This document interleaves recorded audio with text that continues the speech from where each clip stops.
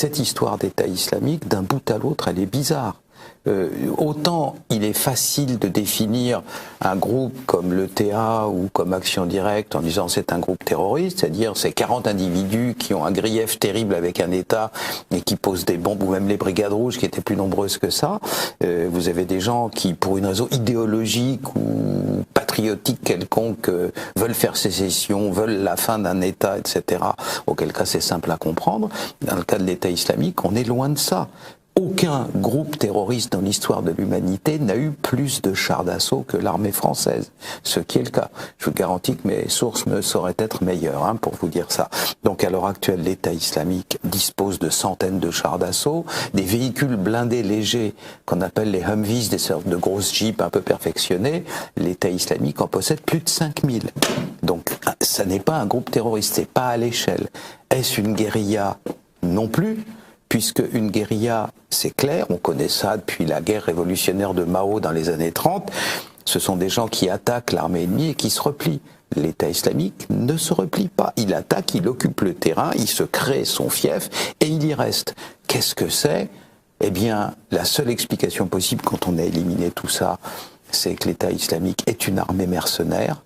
Une armée, une vraie, mais mercenaire, et nous ne faisons en pareil cas que de repousser le problème d'une case, à savoir au service de qui. Je vais vous donner un exemple quand je vous dis qu'on ne sait pas très bien. Une étude a été faite récemment par des officiels sur le sujet.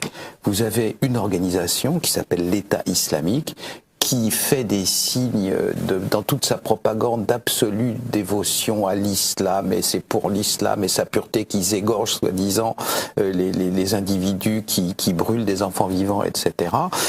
Une analyse a été faite biographique extrêmement précise des 50 du sommet de l'État islamique. Il n'y a pas un seul islamiste parmi eux. Tous les gens qui sont, tous, sans exception, le Abou Machin al-Baghdadi étant un pur et simple leurre qui est là pour amuser la galerie, ceux qui dirigent vraiment, ceux dont on sait qu'ils échangent par voie électronique et donc ceux qu'on a pu repérer, les 50 du sommet, il n'y a pas un seul islamiste. Qu'est-ce que c'est que ce truc-là? C'est un peu Canada Dry quand même, ça ressemble à l'alcool, ça a le goût de l'alcool, mais c'est pas de l'alcool. Là, qu'est-ce que c'est qu'un islamiste? On le sait, c'est quelqu'un qui a combattu en Afghanistan, qui figure sur beaucoup de sites, qui est connu pour ça dans sa biographie. On ne devient pas chef d'une organisation comme ça en claquant dans ses doigts et en 5 minutes. Donc là, dans la direction de ce qu'on appelle l'État islamique, il n'y a pas un islamiste. C'est des gens qui, dans une phase antérieure de leur vie, étaient connus pour courir le guilledou, boire du pinard. Voilà, c'était des généraux de l'armée de Saddam Hussein, généralement. Généraux le plus souvent laïcs. Voilà la situation. Donc quand on nous dit l'État islamique nous attaque, je réponds, c'est une précision insuffisante. Qu'est-ce que c'est que ce machin? Et personne n'a de réponse à l'heure actuelle, personne. Y compris même la présidence des États-Unis.